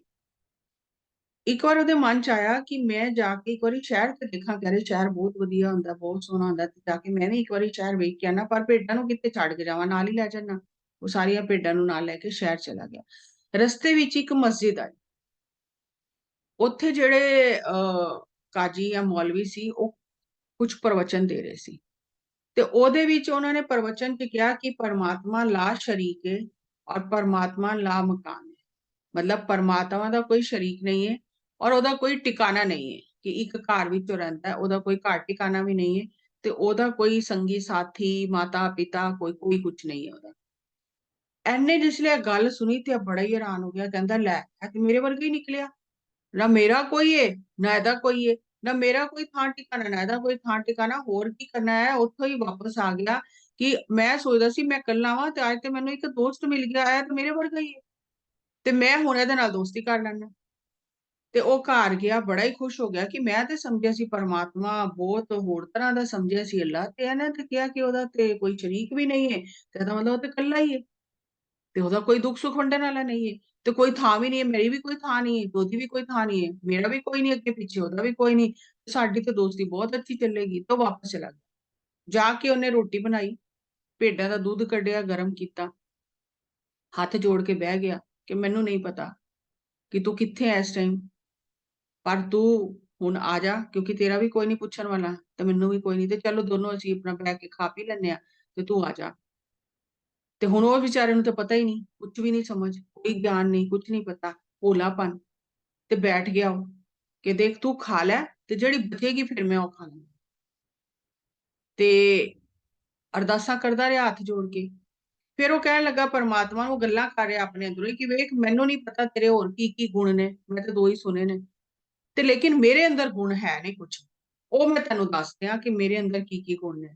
ਤੇ ਉਹ ਕਹਿਣ ਲੱਗਾ ਇੱਕ ਤੇ ਨਾ ਮੈਨੂੰ ਮੇਰੇ ਪਿਓ ਨੇ ਸਿਖਾਇਆ, ਜੜੀ ਬੂਟੀਆਂ ਦੀ ਕੁਝ ਸਮਝ ਦਿੱਤੀ, ਤੇ ਜੇ ਤੈਨੂੰ ਬੁਖਾਰ ਚੜ ਗਿਆ ਨਾ ਤੇ ਮੈਂ ਜੜੀ ਬੂਟੀਆਂ ਘੋਟ ਕੇ ਪਿਲਾ ਦਾਂਗਾ ਤੇ ਤੇਰਾ ਬੁਖਾਰ ਬਹੁਤ ਜਲਦੀ ਉਤਰ ਜਾਏਗਾ, ਤੇ ਮੈਨੂੰ ਉਹ ਜੜੀ ਬੂਟੀਆਂ ਦੀ ਸਮਝ ਹੈ। ਫਿਰ ਕਹਿਣ ਲੱਗਾ ਇੱਕ ਮੇਰੇ ਕੋਲ ਹੋਰ ਵੀ ਗੁਣ ਹੈ, ਮੇਰੇ ਕੋਲ ਸੂਈ ਧਾਗਾ ਹੈ, ਜੇ ਤੇਰੇ ਕੱਪੜੇ ਫਟ ਗਏ ਤੇ ਮੈਂ ਤੇਰੇ ਕੱਪੜੇ ਵੀ ਸੀ ਦਿਆਂਗਾ, ਤੇ ਮੈਨੂੰ ਜੁੱਤੀਆਂ ਵੀ ਗੰਢਣੀਆਂ ਆਉਂਦੇ ਨੇ, ਜੇ ਟੁਰਦੇ ਫਿਰਦੇ ਤੇਰੀ ਕਦੀ ਚੱਪਲ ਟੁੱਟ ਗਈ ਮੈਂ ਉਹ ਵੀ ਗੰਢ ਦਿਆਂਗਾ, ਤੇ ਜੇ ਤੂੰ ਟੁਰਦੇ ਟੁਰਦੇ ਥੱਕ ਗਿਆ ਤੇ ਮੈਨੂੰ ਮੁੱਠੀ ਚਾਪੀ ਕਰਨੀ ਬਹੁਤ ਵਧੀਆ ਆਉਂਦੀ, ਲੱਤਾਂ ਪੈਰ ਘੁੱਟਣੇ ਬਹੁਤ ਵਧੀਆ ਆਉਂਦੇ ਨੇ, ਮੈਂ ਐਸੇ ਘੁੱਟਣਾ ਕਿ ਥਕਾਵਟ ਉਤਰ ਜਾਂਦੀ ਤੇ ਮੈਂ ਤੇਰੀ ਥਕਾਵਟ ਵੀ ਉਤਾਰ ਦਾਂਗਾ, ਤੇ ਜੇ ਤੇਰੇ ਜੂਆਂ ਪੈ ਗਈਆਂ ਨਾ ਤੇ ਮੈਨੂੰ ਜੂਆਂ ਵੀ ਕੱਢਣੀਆਂ ਆਉਂਦੀਆਂ ਨੇ, ਕਿਉਂਕਿ ਭੇਡਾਂ ਦੇ ਜੂਆਂ ਬਹੁਤ ਪੈ ਜਾਂਦੀਆਂ ਨੇ, ਤੇ ਮੈਂ ਉਹਨਾਂ ਦੀਆਂ ਵੀ ਕੱਢਣਾ, ਮੈਂ ਤੇਰੀਆਂ ਵੀ ਕੱਢ ਦਾਂਗਾ, ਮੇਰੇ ਅੰਦਰ ਤੈ ਗੁਣ ਨੇ, ਤੇਰਾ ਮੈਨੂੰ ਨਹੀਂ ਪਤਾ, ਤੇ ਹੁਣ ਤੂੰ ਆ ਜਾ ਤੇ ਤੂੰ ਇਹ ਰੋਟੀ ਖਾ ਲੈ ਤੇ ਫਿਰ ਅਸੀਂ ਕੰਮ ਕਰੀਏ। ਹੁਣ ਉੱਥੋਂ ਮੂਸਾ ਪੈਗੰਬਰ ਨਿਕਲ ਰਿਹਾ ਸੀ ਉਸ ਟਾਈਮ, ਉਹਨੇ ਖੜੇ ਹੋ ਕੇ ਸਾਰੀ ਗੱਲ ਸੁਣੀ। ਜਿਸਲੇ ਉਹਨੇ ਸਾਰੀ ਗੱਲ ਸੁਣੀ ਤੇ ਉਹਨੂੰ ਬਹੁਤ ਹੀ ਗੁੱਸਾ ਚੜਿਆ। ਉਹ ਕਹਿਣ ਲੱਗਾ ਇਹ ਪਾਗਲ ਬੰਦਾ ਹੈ, ਕੀ ਕਹੇ ਸੀ ਕੀ ਮੈਂ ਪਰਮਾਤਮਾ ਦੀਆਂ ਜੂਆਂ ਕੱਢ ਦਾਂਗਾ, ਮੈਂ ਜੁੱਤੀ ਵੀ ਸੀ ਦਿਆਂਗਾ, ਮੈਂ ਉਹਨੂੰ ਬੁਖਾਰ ਵੀ ਉਤਾਰ ਦਾਂਗਾ, ਬੇਵਕੂਫ, ਕਦੀ ਪਰਮਾਤਮਾ ਨੂੰ ਬੁਖਾਰ ਚੜਿਆ, ਜੂਆਂ ਪਈਆਂ ਨੇ। ਦੋ ਥੱਪੜ ਮਾਰੇ ਖਿੱਚ ਕੇ ਉਹਦੇ ਮੂੰਹ ਤੇ, ਉਹਨੂੰ ਕਹਿਣ ਲੱਗਾ ਤੈਨੂੰ ਪਤਾ ਨਹੀਂ, ਅਕਲ ਨਹੀਂ ਤੈਨੂੰ ਬਿਲਕੁਲ ਵੀ। ਤੇ ਉਹ ਬੜਾ ਹੈਰਾਨ ਪਰੇਸ਼ਾਨ ਹੋ ਗਿਆ ਕਿ ਮੈਂ ਤੇ ਉੱਥੋਂ ਸੁਣ ਕੇ ਹੀ ਆਇਆ ਸੀ। ਹੁਣ ਉਹ ਮੂਸਾ ਪੈਗੰਬਰ ਚਲਾ ਗਿਆ ਇਹਨੂੰ ਡਾਂਟ ਕੇ ਔਰ ਇਹਨੂੰ ਮਨਾ ਕਰਕੇ, ਪਰ ਇਹ ਹੋਰ ਜ਼ਿਆਦਾ ਰੋਣ ਲੱਗ ਗਿਆ। ਉਹ ਤੇ ਚਲਾ ਗਿਆ, ਹੋਰ ਜ਼ਿਆਦਾ ਰੋਣ ਲੱਗ ਗਿਆ ਕਿ ਇੱਕ ਦੋਸਤ ਲੱਭਾ ਸਾਰੀ ਦੁਨੀਆ 'ਚ, ਤੇ ਉਹ ਵੀ ਉਹ ਕਹਿੰਦਾ ਕਿ ਜੀ ਉਹ ਤੇ ਪਰਮਾਤਮਾ ਤੇ ਇਸ ਤਰ੍ਹਾਂ ਦਾ ਹੈ ਹੀ ਨਹੀਂ ਜਿਸ ਤਰ੍ਹਾਂ ਦੇ ਤੂੰ ਗੱਲਾਂ ਕਰ ਰਿਹਾ। ਤੇ ਉਹ ਕਹਿਣ ਲੱਗਿਆ ਮੇਰਾ ਤਾਂ ਬੜਾ ਮਨ ਖਰਾਬ ਹੋਇਆ, ਇੱਕ ਮੈਨੂੰ ਦੋਸਤ ਮਿਲਿਆ ਉਹ ਵੀ ਉਹ ਕਹਿੰਦਾ ਤੇਰੇ ਵਰਗਾ ਨਹੀਂ ਹੈ, ਮੈਂ ਤਾਂ ਸਮਝਿਆ ਪਰਮਾਤਮਾ ਮੇਰੇ ਵਰਗਾ ਹੀ ਹੈ, ਮੇਰਾ ਵੀ ਕੋਈ ਨਹੀਂ, ਉਹਦਾ ਵੀ ਕੋਈ ਨਹੀਂ, ਮੇਰੀ ਵੀ ਕੋਈ ਥਾਂ ਨਹੀਂ, ਉਹਦੀ ਵੀ ਕੋਈ ਥਾਂ ਨਹੀਂ, ਤੇ ਚਲੋ ਮੈਂ ਉਹਦੀ ਸੇਵਾ ਕਰਾਂਗਾ, ਉਹਦਾ ਤਾਂ ਕੋਈ ਹੈ ਹੀ ਨਹੀਂ ਤੇ ਮੈਂ ਹੀ ਸੇਵਾ ਕਰਦਾ, ਮੇਰਾ ਵੀ ਕੋਈ ਨਹੀਂ। ਹੁਣ ਇਹ ਰੋਇਆ ਬਹੁਤ, ਆਪਣੇ ਰੋਟੀ ਰੱਖ ਕੇ ਬੈਠਾ ਰਿਹਾ ਕਿ ਹੁਣ ਕੀ ਜੀਣਾ। ਹੁਣ ਜਿਸ ਵੇਲੇ ਮੂਸਾ ਪੈਗੰਬਰ ਰਾਤੀ ਆਪਣੀ ਸਾਧਨਾ ਤੇ ਬੈਠਾ, ਤੇ ਉਹ ਇੱਕ ਵਾਰੀ ਅੱਲਾ ਦਾ ਨਾਮ ਲੈਂਦਾ ਸੀ ਤੇ ਉਹਦੀ ਸਮਾਧੀ ਲੱਗ ਜਾਂਦੀ ਸੀ, ਉਹਦੀ ਸਾਰੀ ਰਾਤ ਉਹਦੀ ਸਮਾਧੀ ਨਹੀਂ ਲੱਗੀ, ਬਹੁਤ ਬੇਚੈਨ ਰਿਹਾ। ਸਵੇਰਾ ਹੋ ਗਿਆ ਤੇ ਉਹਨੇ ਪਰਮਾਤਮਾ ਨੂੰ ਕਿਹਾ ਕਿ ਗੱਲ ਕੀ ਬਣ ਗਈ, ਮੈਂ ਤੇ ਇੱਕ ਵਾਰੀ ਤੇਰਾ ਨਾਮ ਲੈਣਾ ਮੇਰੀ ਸਮਾਧੀ ਲੱਗ ਜਾਂਦੀ ਹੈ ਤੇ ਮੇਰੀ ਤੇ ਅੱਜ ਹਾਲਤ ਖਰਾਬ, ਮੈਂ ਤੇ ਸਮਾਧੀ ਨਹੀਂ ਲੱਗਦੀ ਵੀ, ਬੇਚੈਨੀ ਇੰਨੀ ਹੋ ਗਈ, ਮੇਰਾ ਮਨ ਇੰਨਾ ਸ਼ਾਂਤ ਹੋ ਗਿਆ। ਤੇ ਫਿਰ ਪਰਮਾਤਮਾ ਨੇ ਉਸ ਵੇਲੇ ਆਕਾਸ਼ਬਾਣੀ ਨਾਲ ਉਹਨੂੰ ਦੱਸਿਆ ਕਿ ਤੈਨੂੰ ਤੇ ਸੰਸਾਰ ਤੇ ਜੋੜਨ ਲਈ ਭੇਜਿਆ ਸੀ ਤੇ ਤੂੰ ਤੇ ਤੋੜ ਆਇਆ, ਇੱਕ ਜੁੜੇ ਹੋਏ ਦਿਲ ਨੂੰ ਤੂੰ ਤੋੜ ਕੇ ਆ ਗਿਆ, ਤੇ ਤੇਰਾ ਕਿੱਥੋਂ ਜੁੜੇਗਾ। ਜੇ ਤੂੰ ਚਾਹਨਾ ਹੈ ਕਿ ਤੇਰਾ ਪਹਿਲੇ ਦੀ ਤਰ੍ਹਾਂ ਧਿਆਨ ਲੱਗੇ, ਸਮਾਧੀ ਲੱਗੇ, ਜੁੜੇ ਤੇਰਾ ਦਿਲ, ਤੇ ਜਾ ਕੇ ਪੈਰੀ ਹੱਥ ਲਾ ਉਹਦੇ ਤੇ, ਜਾ ਕੇ ਉਹਦੇ ਕੋਲੋਂ ਮਾਫੀ ਮੰਗ ਕੇ ਆ, ਔਰ ਉਹਨੂੰ ਇਹ ਸੁਨੇਹਾ ਦੇ ਗਿਆ ਕਿ ਪਰਮਾਤਮਾ ਨੇ ਕਿਹਾ ਪਰਮਾਤਮਾ ਤੇਰੇ ਵਰਗਾ ਹੀ ਹੈ। ਦੁਨੀਆ ਦੇ ਇਤਿਹਾਸ ਵਿੱਚ ਪਹਿਲੀ ਘਟਨਾ ਹੈ ਜਿਹਦੇ ਚ ਅਸੀਂ ਕਹਿੰਦੇ ਆ ਕਿ ਭਗਤ ਪਰਮਾਤਮਾ ਵਰਗੇ ਨੇ, ਲੇਕਿਨ ਇੱਥੇ ਪਰਮਾਤਮਾ ਕਹਿ ਰਿਹਾ ਕਿ ਮੈਂ ਇਹਦੇ ਵਰਗਾ, ਤੇ ਕਿਹਾ ਜਾ ਕੇ ਸੁਨੇਹਾ ਦੇ ਗਿਆ। ਉਹ ਰੋ ਰਿਹਾ ਬੈਠ ਕੇ ਉੱਥੇ, ਤੂੰ ਉਹਦਾ ਦਿਲ ਤੋੜ ਕੇ ਆਇਆ। ਫਿਰ ਇਹ ਵਾਪਸ ਆਇਆ, ਇਹਨੇ ਜਾ ਕੇ ਉਹਦੇ ਕੋਲੋਂ ਮਾਫੀ ਮੰਗੀ ਔਰ ਉਹਨੂੰ ਕਿਹਾ ਕਿ ਪਰਮਾਤਮਾ ਨੇ ਮੈਨੂੰ ਸੁਨੇਹਾ ਦਿੱਤਾ ਹੈ ਕਿ ਪਰਮਾਤਮਾ ਤੇਰੇ ਵਰਗਾ ਹੀ ਹੈ, ਤੂੰ ਰੋ ਨਹੀਂ। ਤੇ ਇੰਨੀ ਕਮਾਲ ਦੀ ਜਿਹੜੀ ਕਥਾ ਹੈ, ਜਿਹੜੀ ਸਾਡੇ ਗ੍ਰੰਥਾਂ ਵਿੱਚ ਇਹਨੂੰ ਜਗ੍ਹਾ ਦਿੱਤੀ ਗਈ ਹੈ, ਤੇ ਕਿੰਨਾ ਭੋਲਾਪਨ ਹੈ, ਕਿੰਨਾ ਭੋਲਾਪਨ ਹੈ। ਤੇ ਭੋਲਾਪਨ ਨਾਲ ਹੀ ਪਰਮਾਤਮਾ ਨੂੰ ਪਾਇਆ ਜਾ ਸਕਦਾ, ਜ਼ਿਆਦਾ ਗਿਆਨ ਨਾਲ, ਜ਼ਿਆਦਾ ਚਲਾਕੀਆਂ ਨਾਲ ਪਰਮਾਤਮਾ ਨੂੰ ਨਹੀਂ ਪਾਇਆ ਜਾ ਸਕਦਾ। ਐਸੇ ਵਾਸਤੇ ਸ਼ਿਵ ਜੀ ਭਗਵਾਨ ਦਾ ਨਾਮ ਹੀ ਭੋਲੇਨਾਥ ਹੈ, ਉਹਨਾਂ ਤੋਂ ਭੋਲਾ ਤੇ ਕੋਈ ਹੈ ਹੀ ਨਹੀਂ। ਤੇ ਜਿਸ ਵੇਲੇ ਵੀ ਕੋਈ ਤਪੱਸਿਆ ਕਰਦਾ ਤੇ ਉਹਨਾਂ ਦੀ ਪਹਿਲੇ ਤਪੱਸਿਆ ਕਰਦਾ, ਕਿਉਂਕਿ ਉਹ ਤਾਂ ਖੁਸ਼ ਹੋ ਕੇ ਵਰਦਾਨ ਦੇ ਦਿੰਦੇ। ਤੇ ਜਿਸ ਵੇਲੇ ਉਹਨਾਂ ਨੇ ਇੱਕ ਉਹਨੂੰ ਵਰਦਾਨ ਦਿੱਤਾ ਭਸਮਾਸੁਰ ਨੂੰ, ਜਿਸ ਵੇਲੇ ਉਹਨੇ ਕਿਹਾ ਕਿ ਮੈਂ ਜਿਹਦੇ ਸਿਰ ਤੇ ਹੱਥ ਰੱਖਾਂ ਉਹ ਭਸਮ ਹੋ ਜਾਏ, ਤੇ ਤਥਾਸਤੂ ਕਹਿ ਕੇ ਚਲੇ ਗਏ, ਤੇ ਭਸਮਾਸੁਰ ਉਹਨਾਂ ਦੇ ਪਿੱਛੇ ਪੈ ਗਿਆ ਕਿ ਪਹਿਲੇ ਤੇ ਸ਼ਿਵ ਜੀ ਭਗਵਾਨ ਦੇ ਸਿਰ ਤੇ ਹੀ ਹੱਥ ਰੱਖ ਦਵਾਂ ਤੇ ਕੰਮ ਹੀ ਖਤਮ ਹੋ ਜਾਏ ਸਾਰਾ। ਤੇ ਭੋਲਾਪਨ ਹੀ ਪਰਮਾਤਮਾ ਨੂੰ ਮਿਲਣ ਦਾ ਇੱਕ ਰਸਤਾ ਹੈ। ਜ਼ਿਆਦਾ ਅਸੀਂ ਗਿਆਨ ਇਧਰੋਂ ਉਧਰੋਂ ਇਕੱਠਾ ਨਾ ਕਰੀਏ, ਜਿਹੜਾ ਗਿਆਨ ਸਾਡੇ ਅਨੁਭਵ ਤੋਂ ਆਏਗਾ ਨਾ, ਸਾਧਨਾ ਤੋਂ ਨਿਕਲੇਗਾ, असली ज्ञान अनुभव ही ज्ञान है। बाहरला ज्ञान उधार ਦਾ ਗਿਆਨ ਹੈ, ਔਰ ਉਧਾਰ ਦਾ ਗਿਆਨ ਸਾਨੂੰ ਦੂਰ ਕਰਦਾ ਹੈ। ਸਿਰਫ ਸਾਨੂੰ ਉਹਨਾਂ ਗਿਆਨ ਜ਼ਰੂਰੀ ਹੈ ਕਿ ਸਾਧਨਾ ਕਿਸ ਤਰ੍ਹਾਂ ਕਰਨੀ ਹੈ, ਸਾਧਨਾ ਕਰਨ ਵਿੱਚ ਕੀ ਪਰਹੇਜ਼ ਕਰਨੀ ਹੈ, ਕੀ ਕਰਨਾ ਹੈ ਕੀ ਨਹੀਂ ਕਰਨਾ, ਉਹ ਸਾਨੂੰ ਪਤਾ ਹੋਣਾ ਚਾਹੀਦਾ। ਲੇਕਿਨ ਅਗਰ ਅਸੀਂ ਜ਼ਿਆਦਾ ਗਿਆਨ ਦੇ ਚੱਕਰ 'ਚ ਪੈ ਗਏ ਨਾ, ਤੇ ਫਿਰ ਅਸੀਂ ਪਰਮਾਤਮਾ ਤੋਂ ਦੂਰ ਚਲੇ ਜਾਵਾਂਗੇ, ਨੇੜੇ ਨਹੀਂ ਜਾਵਾਂਗੇ। ਜਿਸ ਤਰ੍ਹਾਂ ਮੰਨ ਲਓ ਕਿ ਹੁਣ ਅਸੀਂ ਗੁਰੂ ਨੂੰ ਕਿਹਾ ਗਿਆ ਸਪਿਰਚੁਅਲ ਡਾਕਟਰ, ਆਤਮਾ ਦਾ ਡਾਕਟਰ ਹੈ ਗੁਰੂ। ਹੁਣ ਗੁਰੂ ਨੇ ਕਹਿਤਾ ਕਿ ਧਿਆਨ ਕਰ, ਸਵਾਧਿਆ ਕਰ, ਸੱਜਣ ਸੰਗਤ ਤੇ ਕਰ, ਇਹ 3 ਦਵਾਈਆਂ ਰੋਜ਼ ਖਾਣੀਆਂ ਨੇ ਤੂੰ, ਤੇ ਸ਼ਿਕਾਇਤ ਨਹੀਂ ਕਰਨੀ, ਕਿਸ ਦਾ ਬੁਰਾ ਨਹੀਂ ਸੋਚਣਾ, ਬੁਰਾ ਨਹੀਂ ਬੋਲਣਾ, ਕਿਸੇ ਦੀ ਜ਼ਿੰਦਗੀ 'ਚ ਦਖਲ ਅੰਦਾਜ਼ੀ ਨਹੀਂ ਕਰਨੀ, ਮਾਰਨਾ ਨਹੀਂ, ਹਿੰਸਾ ਨਹੀਂ ਕਰਨੀ, ਇਹ ਪਰਹੇਜ਼ ਦੱਸੀ, ਤੇ ਤੇਰਾ ਰਸਤਾ ਆਤਮਾ ਦੀ ਪ੍ਰਗਤੀ ਹੋ ਜਾਏਗੀ। ਹੁਣ ਅਸੀਂ ਨਾ ਤੇ ਦਵਾਈ ਪੂਰੀ ਖਾਈਏ, ਅਸੀਂ ਧਿਆਨ ਕਰੀਏ ਤੇ ਸਵਾਧੇ ਦਾ ਸਾਡੇ ਕੋਲ ਟਾਈਮ ਨਹੀਂ, ਸੱਜਣ ਸੰਗਤ ਦਾ ਸਾਡੇ ਕੋਲ ਟਾਈਮ ਨਹੀਂ, ਤੇ ਕੀ ਅਸੀਂ ਦਵਾਈ ਪੂਰੀ ਲੈ ਰਹੇ ਹਾਂ, ਤੇ ਫਿਰ ਸਾਡੀ ਆਤਮਾ ਦੀ ਜਿਹੜੀ ਤਕਲੀਫ ਹੈ ਦੂਰ ਕਿਸ ਤਰ੍ਹਾਂ ਹੋਏਗੀ। ਤੇ ਜੇ ਅਸੀਂ ਦਵਾਈ ਪੂਰੀ ਲੈ ਰਹੇ ਹਾਂ ਤੇ ਅਸੀਂ ਦੂਸਰੇ ਜਗ੍ਹਾ ਤੇ ਨਿੰਦਾ ਚੁਗਲੀ ਵੀ ਕਰ ਰਹੇ ਹਾਂ, ਦੂਸਰਿਆਂ ਦੀ ਲਾਈਫ 'ਚ ਇੰਟਰਫੇਅਰ ਵੀ ਕਰ ਰਹੇ ਹਾਂ, ਦੂਸਰਿਆਂ ਨੂੰ ਮਨ ਵਚ ਕਰਮ ਕਸ਼ਟ ਵੀ ਦੇ ਰਹੇ ਹਾਂ, ਨਿੰਦਾ ਵੀ ਕਰ ਰਹੇ ਹਾਂ, ਤੇ ਫਿਰ ਅਸੀਂ ਪਰਹੇਜ਼ ਨਹੀਂ ਕਰ ਰਹੇ, ਪਰਹੇਜ਼ ਨਹੀਂ ਕਰ ਰਹੇ ਤੇ ਫਿਰ ਦਵਾਈ ਕੰਮ ਨਹੀਂ ਕਰੇਗੀ। ਤੇ ਅਸੀਂ ਜੋ ਕਿਹਾ ਗਿਆ ਅਗਰ ਉਹਦੇ ਤੇ ਹੀ ਪੂਰੇ ਉਤਰ ਜਾਈਏ ਨਾ, ਤੇ ਹੋਰ ਕਿਸੇ ਚੀਜ਼ ਦੀ ਜ਼ਰੂਰਤ ਹੀ ਨਹੀਂ, ਨਾ ਕਿਸੇ ਗਿਆਨ ਦੀ ਜ਼ਰੂਰਤ ਹੈ, ਨਾ ਕਿਸੇ ਵਰਕਸ਼ਾਪ ਦੀ ਜ਼ਰੂਰਤ ਹੈ, ਕਿ ਜੋ ਮੈਨੂੰ ਕਿਹਾ ਉਹ ਮੈਂ ਕਰਾਂ। ਇੱਕ ਲੇਡੀ ਹੋਈ ਹੈ, ਮੈਂ ਉਹਦਾ ਨਾਮ ਭੁੱਲ ਰਹੀ ਹਾਂ, ਪਤਰੀ ਸਰ ਨੇ ਦੱਸਿਆ, ਉਹਦੀ ਬੁੱਕ ਹੈ ਬੈਰਾ ਸਟੈਨਲੀ ਕਰਕੇ ਉਹਦਾ ਨਾਮ ਹੈ। 80 ਸਾਲ ਦੀ ਉਮਰ ਵਿੱਚ ਉਹਨੂੰ ਲੱਗਾ ਕਿ ਮੈਂ ਨਾ ਮਸ਼ੀਨ ਚਲਾਣੀ ਸਿੱਖਣੀ ਹੈ, ਹੱਥ ਸਿਲਾਈ ਮਸ਼ੀਨ, ਤੇ ਉਹਨੂੰ ਘਰੋਂ ਬਾਹਰ ਨਿਕਲਣ ਨਹੀਂ ਸੀ ਦਿੰਦੇ, ਮਨਾ ਸੀ, ਸਿੱਖਣਾ ਨਹੀਂ ਸੀ, ਲੇਕਿਨ ਉਹਦੇ ਅੰਦਰ ਇੰਨੀ ਇੱਛਾ ਹੋ ਗਈ ਕਿ ਮੈਂ ਤੇ ਸਿੱਖਣੀ।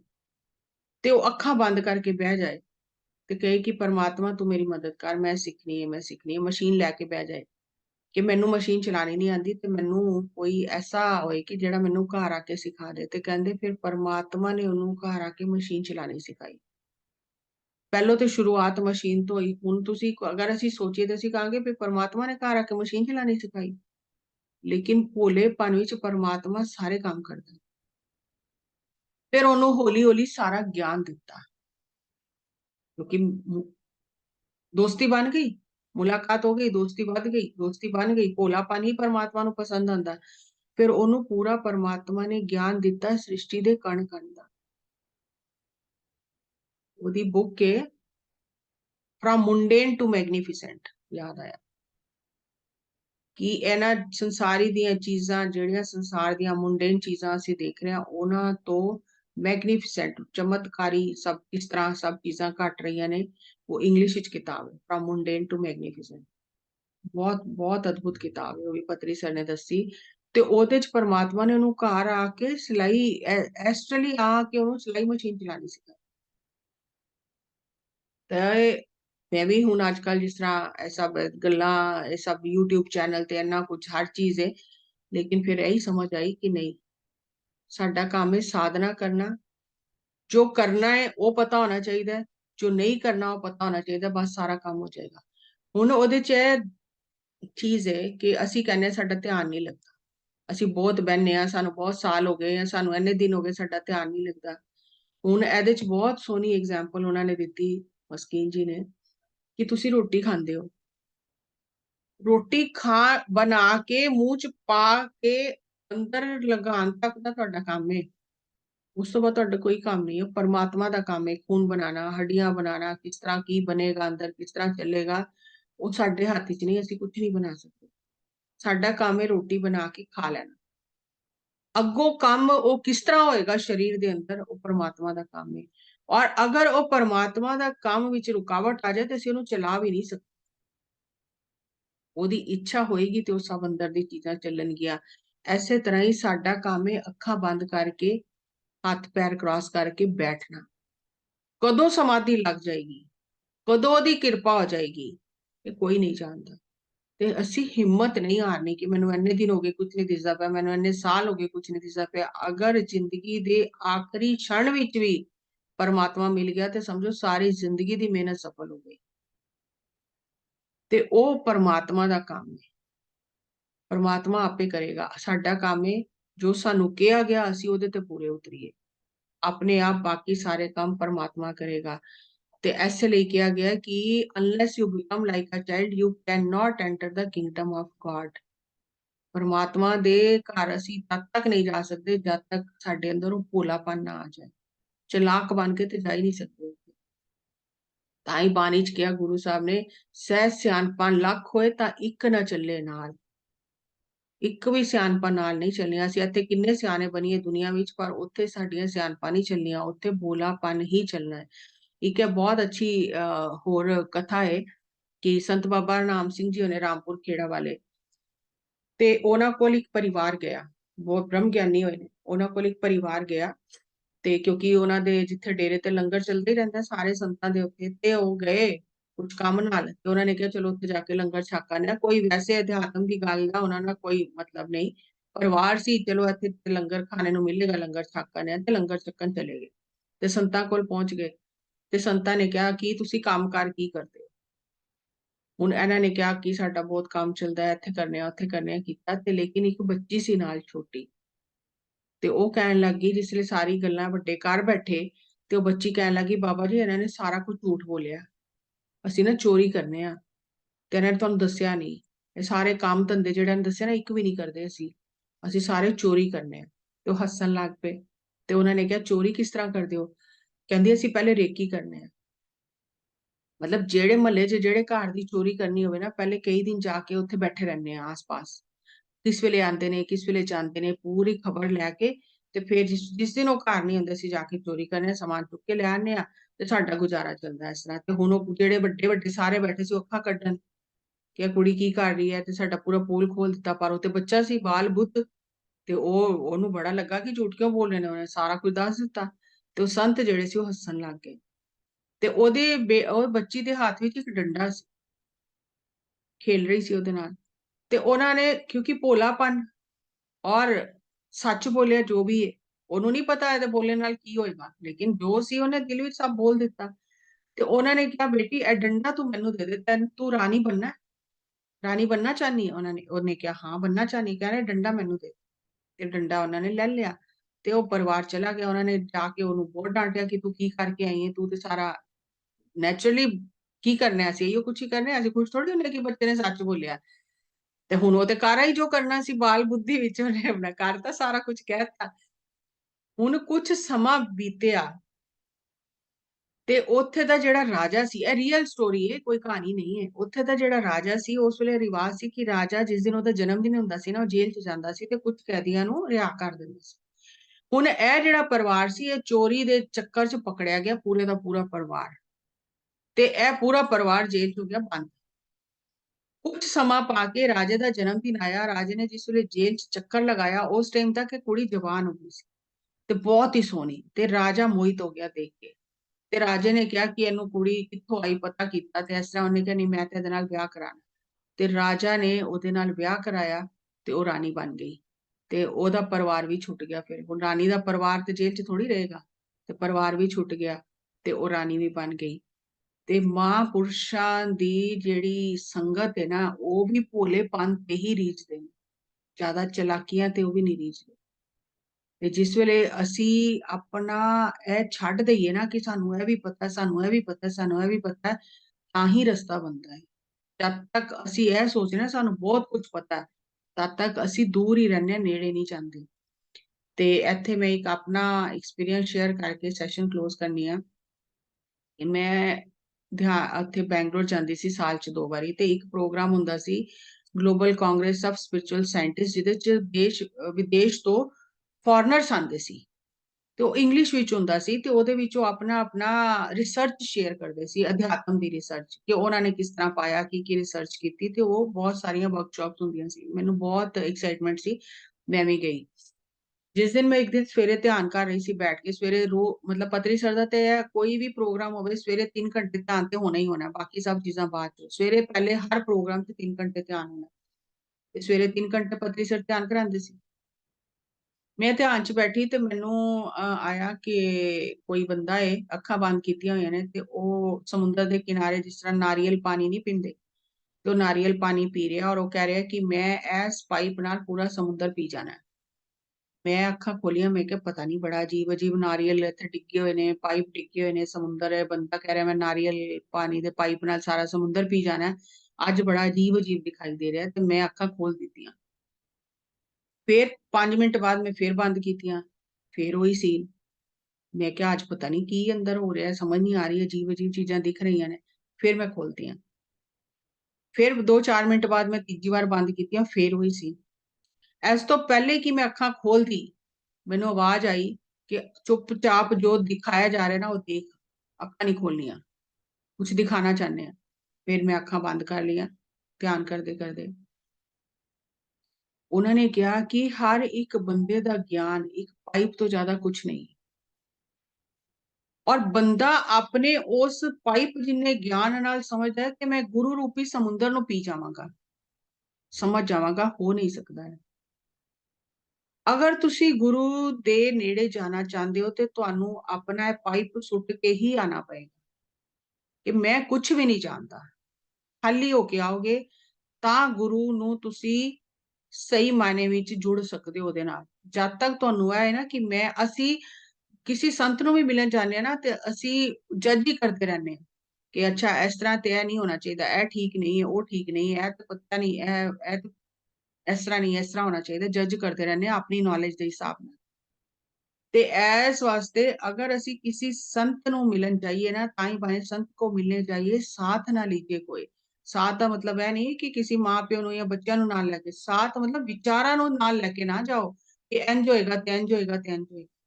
ਖਾਲੀ ਹੋ ਕੇ ਜਾਓ, ਤਾਂ ਸਮਝ ਆਏਗੀ ਕੋਈ ਰਮਜ ਕੋਈ ਰਾਜ, ਤਾਂ ਪਤਾ ਚੱਲੇਗਾ ਉੱਥੇ। ਤੇ ਜੇ ਅਸੀਂ ਸੋਚੀਏ ਕਿ ਪਾਈਪ ਲੈ ਕੇ ਚਲੇ ਜਾਈਏ ਕਿ ਅਸੀਂ ਇਹਦੇ ਨਾਲ ਸਭ ਜਾਣ ਜਾਵਾਂਗੇ ਤੇ ਕੁਝ ਵੀ ਨਹੀਂ ਜਾਣ ਪਾਵਾਂਗੇ।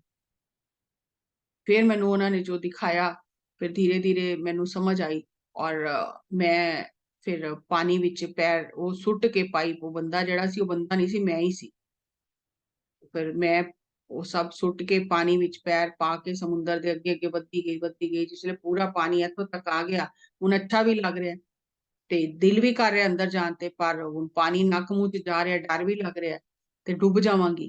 ते बहुत गोते खा रही हां, पर वध रही हां अगे हौली हौली। ताइयों पूरा सीन चेंज हो गया और मैनू समुंदर पूरा पानी नहीं रहा, पूरा प्रकाश हो गया। और पतरी सर बैठ के बीच समुंदर दे विचों विच बंसरी बजा रहे ने और मैनू कह रहे आ जाओ, जेड़ा भी आया ऐसे रस्ते तो अपनी जिंदगी दाव ते लगा के आया, आ जाओ, अगे आ जाओ, वधदे जाओ, वधदे जाओ।